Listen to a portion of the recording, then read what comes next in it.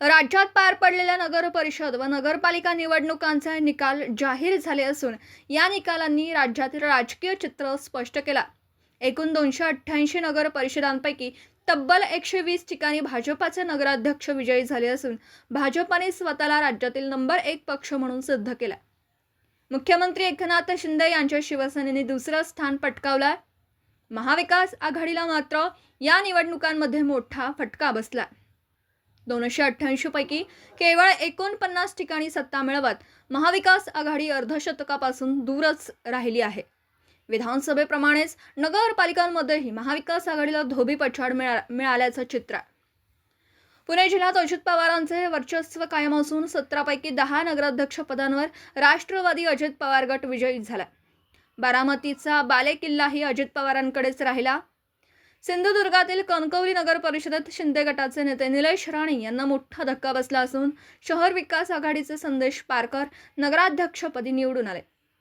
निकालानंतर निलेश राणेंनी एका डोळ्यात आनंद दुसऱ्या डोळ्यात अश्रू अशी भावनिक प्रतिक्रिया दिली।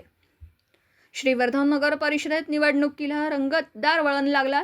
ठाकरे गटाचे चौगुले नगराध्यक्षपदी निवडून आले असले तरी भविष्यात ते शिंदे गटात प्रवेश करू शकतात असा सूचक इशारा मंत्री योगेश कदम गोगावले गट यांनी दिला। सांगोला नगर परिषदेत शिंदे गटाचे आमदार शहाजी बापू पाटील यांची एकहाती सत्ता प्रस्थापित झाली असून 20 पैकी 17 जागांवर विजय मिळवत आनंद माने नगराध्यक्ष झालेत। फलटण नगर परिषदेत माजी खासदार रामराजे निंबाळकरांच्या 30 वर्षांच्या सत्तेला धक्का बसला असून भाजपाचे शमशेरसिंह नाईक निंबाळकर नगराध्यक्षपदी निवडून आलेत। रामराजांचे चिरंजीव अनिकेत राजे यांचा पराभव झाला। संगमनेर नगरपालिकेत मामा भाच्यांनी विधानसभेचा वचपा काढत 30 पैकी 27 जागांवर संगमनेर सेवा समितीचा दणदणीत विजय मिळवला। थोरात तांबे यांचे वर्चस्व कायम असून मैथिली तांबे नगराध्यक्ष झाल्यात। दरम्यान 22 वर्षांच्या सिद्धी वस्त्र मोहोळ यांनी नगराध्यक्षपदाची निवडणूक जिंकत राज्यातील सर्वात तरुण नगराध्यक्ष होण्याचा मान मिळवला। त्यांच्या विजयानंतर शिवसेनेत जल्लोषाचं वातावरण पाहायला मिळालं।